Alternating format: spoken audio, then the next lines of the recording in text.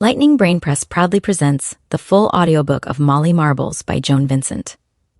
Enter a world of wonder, imagination, and adventure. Your journey begins now. Listen and enjoy.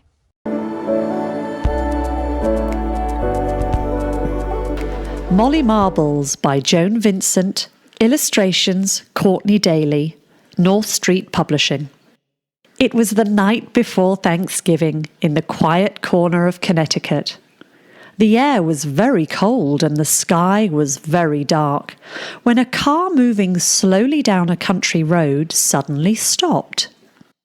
Inside the car, a small orange-coloured cat crouched in fear on the front seat as a large hand scooped her up and a gruff voice said, "Out you go." The kitten flew through the air and tumbled to the ground and watched as the car drove off, leaving her all alone. The wind roared, stinging the kitten's eyes. She squinted and blinked and shivered. Lost and confused, she whimpered at first, but then she put her head back and let out a most unusual yowl.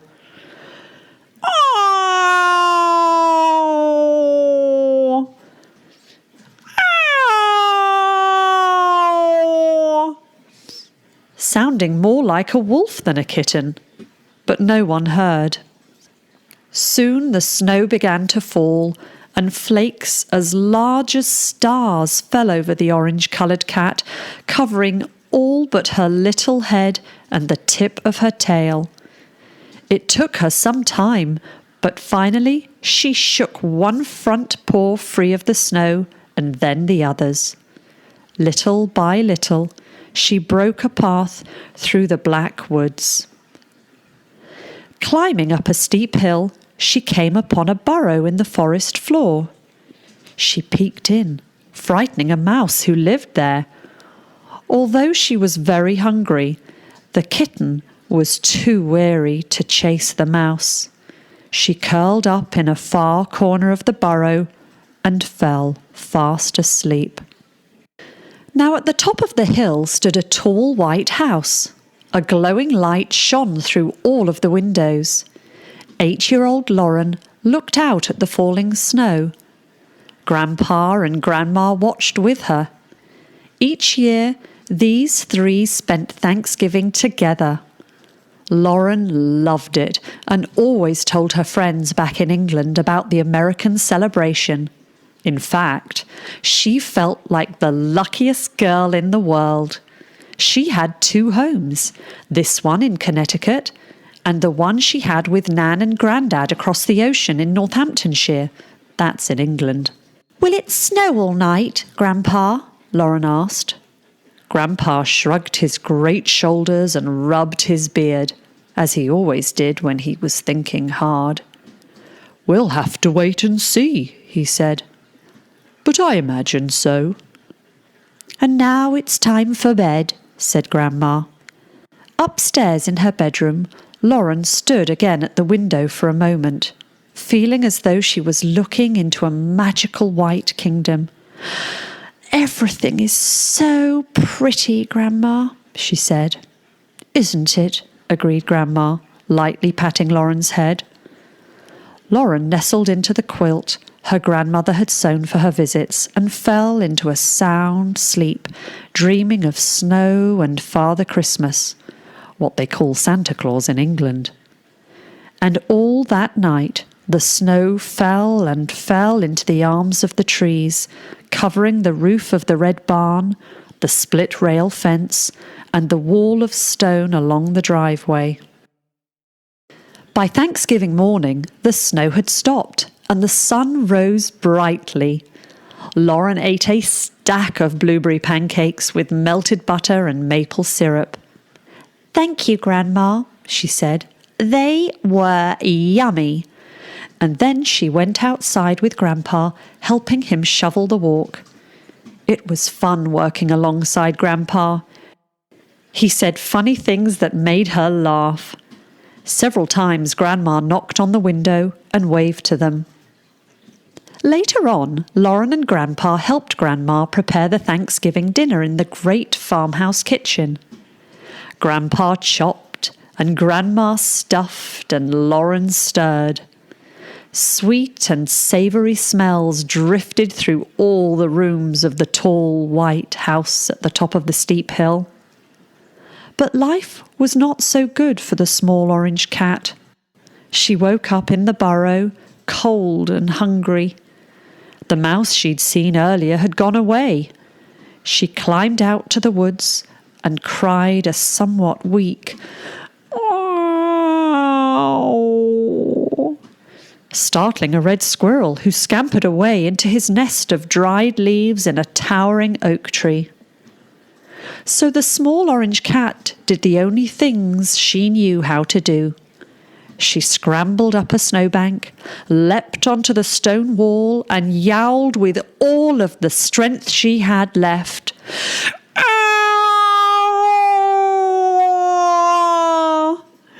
Ow!" Lauren looked up from the book she was reading. "What was that, Grandpa?" she said. Grandpa rose from his favourite chair near the fire. "I've never heard anything like it," he said. Through the window, Lauren and Grandpa saw something on the stone wall that looked like a fluffy orange ball. "It's a kitten!" cried Lauren, running to put on her jacket and boots. "Wait, Lauren," said Grandpa. "I'll come with you." As Lauren and Grandpa approached, the small orange cat trembled atop the wall. "Ow!" she yowled. "Ow!" "She's scared, Grandpa." "And cold," he said. Lauren gently picked up the kitten and tucked her inside the purple fleece she was wearing. "Let's take her inside to Grandma," she said. Sneezed Grandma. Grandma quickly left the room. "I forgot," said Grandpa. "Grandma is allergic to cats." "Can we keep her, Grandpa? Can we?" "Not in the house, I'm afraid. But we'll fix a nice warm place for her in the barn." "But she's still shivering, Grandpa." "She can stay in my room. I promise not to let her out. Please, oh, please, oh, please." As he always did when he was thinking hard, Grandpa rubbed his beard and Lauren waited. "You must keep her in your room, Lauren. We have to think of Grandma. We don't want her sneezing and snuffling." Lauren promised. "Look, Grandpa, her eyes are different colours. One's blue and one's green." Grandpa smiled at the kitten's upturned face. "Just like marbles," he said. "I'll call her Marbles," Lauren said. "Molly Marbles." Grandma heated a saucepan of milk. She cut a slice of turkey into small bits. "This is for Molly Marbles," she said, snuffling and sneezing again. "You can feed her upstairs." On Thanksgiving Day, the orange-coloured cat had found a new home. She ate the turkey and lapped up the milk. After preening herself, Molly Marbles crawled under Lauren's purple fleece, and she slept for a long, long time. Lauren and her grandparents sat at the dining room table, eager to taste the delicious-smelling food they had all prepared. Lauren gave thanks for finding Molly Marbles, and as she began filling her plate with turkey and stuffing and sweet potato and all kinds of vegetables from Grandpa's garden, she announced that she'd be bringing her kitten back with her to England. "Oh," said Grandpa, "I'm afraid it's not that easy." "Why not, Grandpa?" "We can buy Molly a ticket and put her in a cat carrier. She can sit right next to me on the plane." Grandpa explained that there are laws about bringing animals from one country to another. "How about if you and Grandma mail her to me in a box? Then no one will ever know." "That wouldn't be safe for Molly," Grandma said, shaking her head. It will be much better for Molly if we find her a good home here in America, Grandpa said. At first, all that her grandparents had said made sense to Lauren, even though she didn't like it. She spent every moment she could with her new friend, and she kept her promise, only bringing Molly out of her room when she was outside with Grandpa, carrying her inside the cosy purple fleece. It was a real adventure walking through the deep snow in the Connecticut woods with Grandpa and Molly. Lauren had never had such a snowfall in Northamptonshire. That night, before she was leaving to go back to England, Lauren tried to think of how she might take Molly Marbles with her. What if I carry her into the airport, hidden in my jacket? A good idea, she thought. But then she remembered the gates she had to pass through and how thoroughly the security guards checked each passenger. Surely they would find Molly and might even take her away. Lauren told herself that Molly was safer in Connecticut with Grandma and Grandpa. Lauren cried quietly into her pillow. The small orange cat seemed to know her new friend was unhappy, and she snuggled closer, rubbing her furry head against Lauren's arm.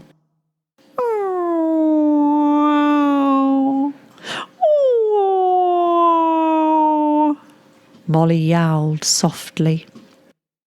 Lauren picked Molly up and went over to the window.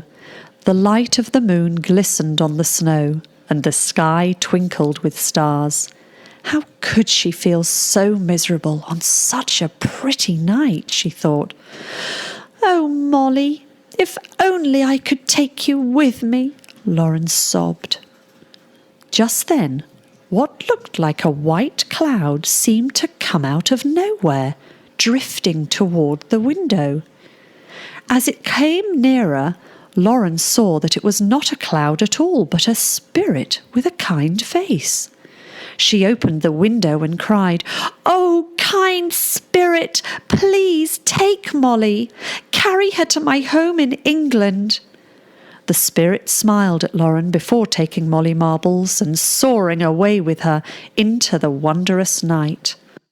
When Lauren woke up the next morning, she found little Molly asleep beside her. Oh no, she thought. It was only a dream. She felt so disappointed and so angry that when she came downstairs to the kitchen, she couldn't eat her grandmother's pancakes. "I'm sorry, Grandma. I'm not that hungry." Grandma put her hand gently on Lauren's shoulder. "And I'm sorry you can't take Molly Marbles with you. I know how hard it is for you to leave without her." Lauren jumped up and threw her arms around her grandmother. "Oh, Grandma, do dreams ever come true? Do they? Ever?" "Sometimes, yes. Sometimes they do." Grandma wiped away Lauren's tears, saying, "Now, Grandpa and I will call you on Christmas after you've opened your presents." "All I want from Father Christmas is Molly Marbles," Lauren said. There, Grandma said, smoothing Lauren's hair and straightening the collar of her jacket. "You didn't wear your purple fleece today." And Lauren said that she'd put it in her backpack. "Good girl," said Grandma. Grandpa came down the stairs with Lauren's suitcase and her backpack. "I've already said goodbye to Molly, but maybe I should go up and say it one more time," Lauren told Grandpa. "No. Best to come now, child," he said. On the way to the airport, all that Lauren could think of was her beloved orange cat. She imagined Molly scratching at the bedroom door, wanting to go outside for a walk in the woods. She could almost hear Molly yowling, wondering why no one was coming in to pick her up or to play with her and Grandma's ball of red yarn. Lauren had all she could do not to cry again, knowing how that might upset her grandparents. At the airport, she hugged Grandma and Grandpa goodbye, thanking both of them. "I had a really wonderful holiday," she said, and with her next breath, she pleaded with them to take care of Molly. "I'll make sure we find her a good home," promised Grandpa. "Don't worry," said Grandma. "We'll feed her some turkey as soon as we get back." Lauren hugged them again, and then Grandpa said, "I think it's time to board," as the flight attendant came forward to escort Lauren onto the plane. It was dark by the time Lauren was settled in her seat. The plane flew up over the city of Boston, rising into the clouds, and only then did Lauren sit back.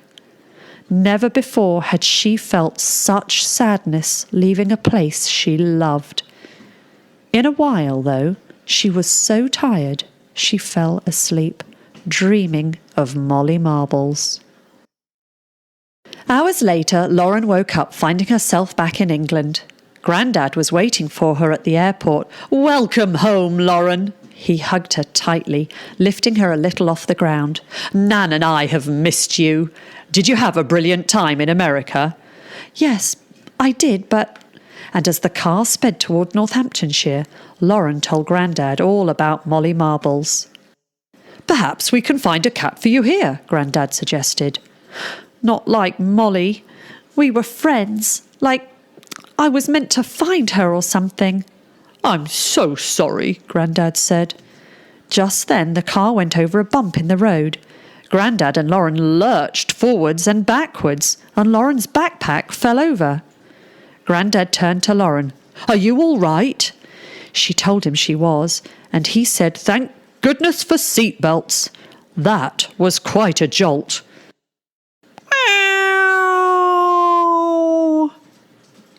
"Good heavens! What is that?" said Grandad. The sound came much louder the second time.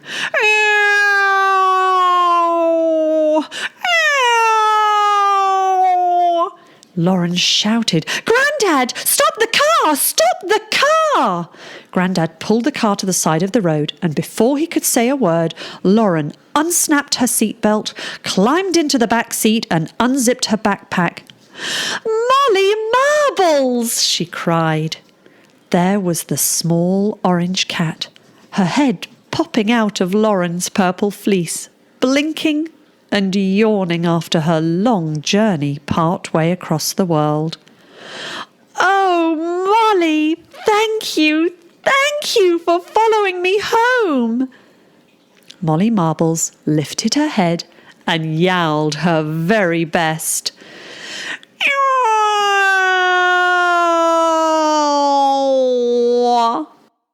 Tears of happiness rolled down Lauren's smiling face, hearing once again Molly Marbles' most unusual yowl. "Oh, what a splendid Christmas it will be, Grandad!" Grandad chuckled and said, "Yes, indeed, dear Lauren, a completely splendid Christmas it will be." Holding Molly close to her as the car again sped towards Northamptonshire, Lauren was gazing out of the car window and, for a moment, she could not quite believe what she saw.